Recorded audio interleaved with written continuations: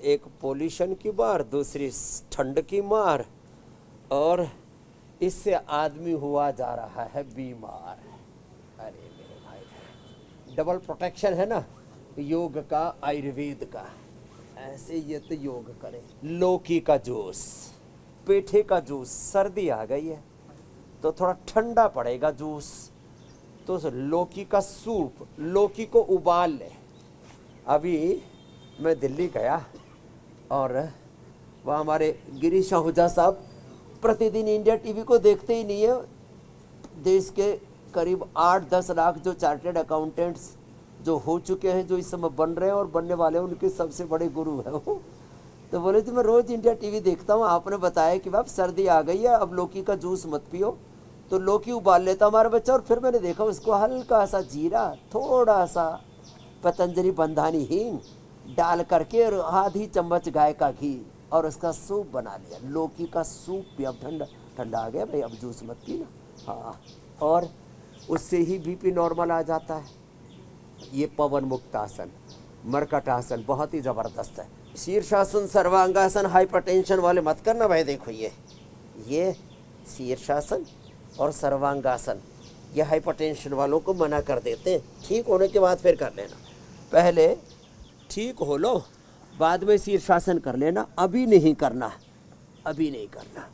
ऐसे ये, और ये रुद्राक्ष के स्पर्श मात्र से ही हमारा बीपी नॉर्मल होता।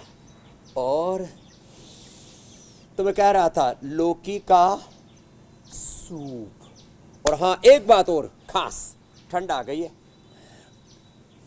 मेरे शरीर में थोड़ा पित्त बढ़ गया था, क्योंकि रात दिन का ऐसे ही काम का ऐसा चला।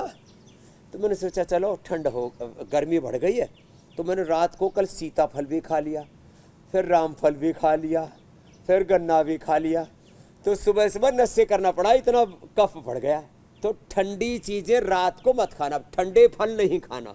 सीताफल रात को मत खाना, सीताफल, रामफल, वो आजकल वो टमाटर सा आता है ना, उसको लोग रामफल बोलने लग गए। इसका अंग्रेजी में तो कुछ और नाम है, लाल लाल सा आता है। दोनों ही ठंडे। तो ठंडे फल अब रात को नहीं खाना। तो रात को क्या खाना?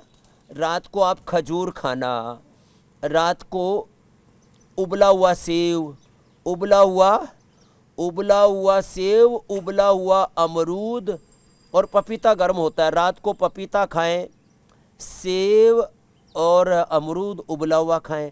अनार खा सकते हैं, अनार ठंडा नहीं होता है, वो कफनाशक भी होता है। तो ये थोड़ी सी सावधानी भी रखें भाई। और लौकी की सब्जी या लौकी का सूप बेस्ट है। आहा, ऐसी चीज़ें हैं। तो ये मंडूकासन, योग मुद्रासन बताया, और ये अभ्यास बड़ा अच्छा है।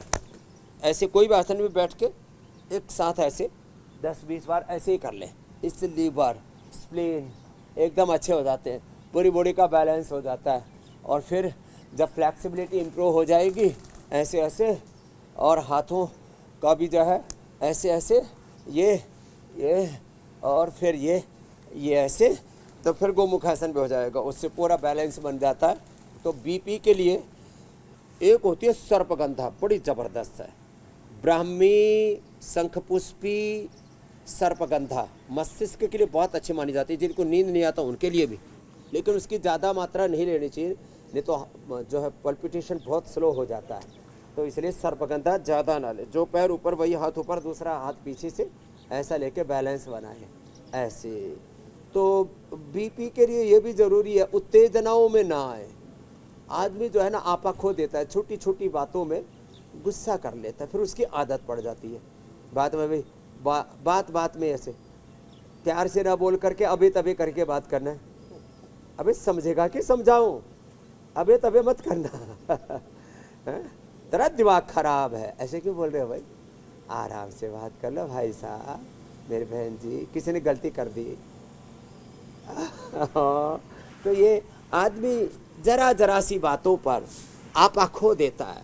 इसलिए महात्मा बुद्ध कहते हैं अपो दीपो भव, आत्मदीपो भव।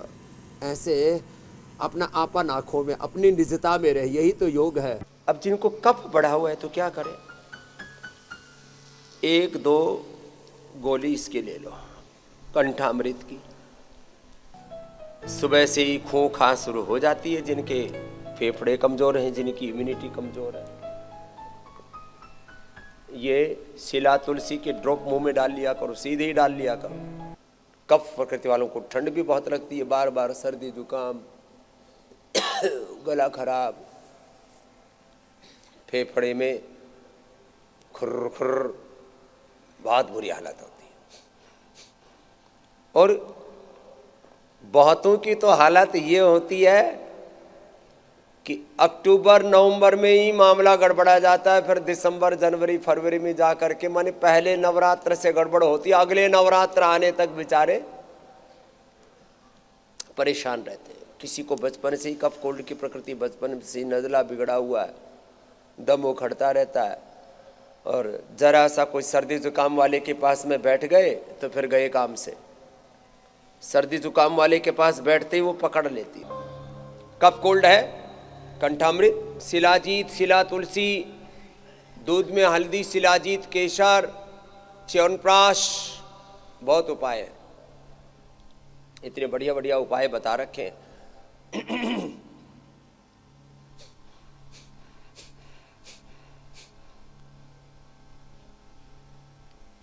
जिनको कफ कोल्ड है, थोड़े दिन घी तेल का परहेज करना चाहिए, नहीं खाना चाहिए। पपीता,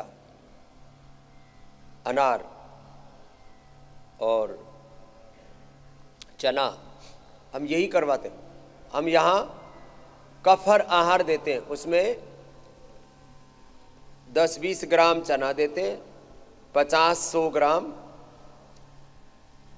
अनार देते हैं, पपीता देते हैं, अनार देते हैं, उबला हुआ सेव देते हैं, उबला हुआ अमरूद भी दे देते हैं।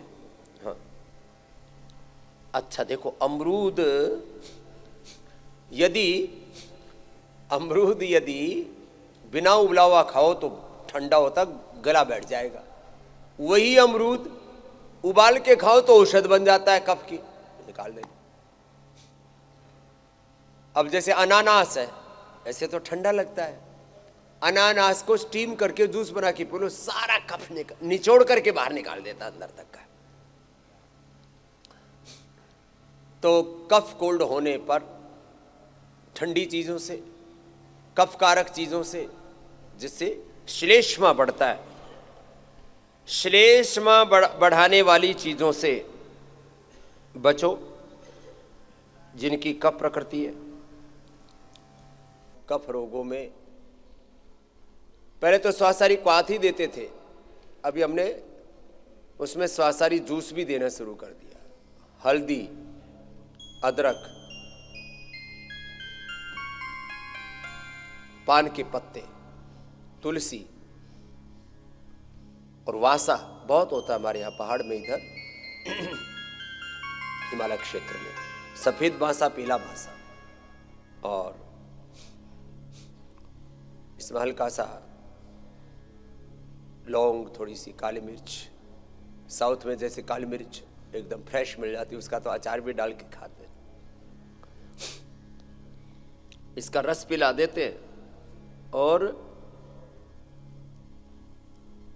इसका रस बड़ा जबरदस्त होता है। धूम नस्य भी करवाते हैं, जल नीति सूत्र नीति के अलावा धूम नस्य भी करवाते हैं, जिसमें मुलठी है, काली मिर्च है, लौंग है, काकड़ा सींगी है, कपूर है। इसका धूम देते, वो धूम नशे से पूरा अंदर का जमा हुआ का, और अणु तेल के साथ ज्योतिषमती का प्रयोग करवा देते हैं।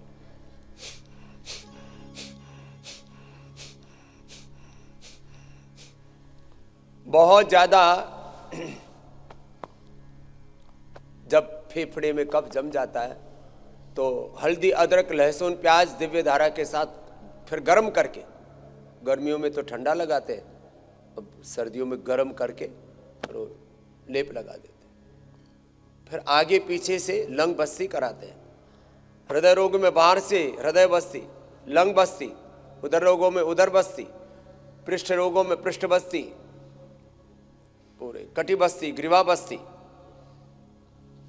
घुटने के दर्द में जानू बस्ती। बस्ती भी बड़ी जबरदस्त है।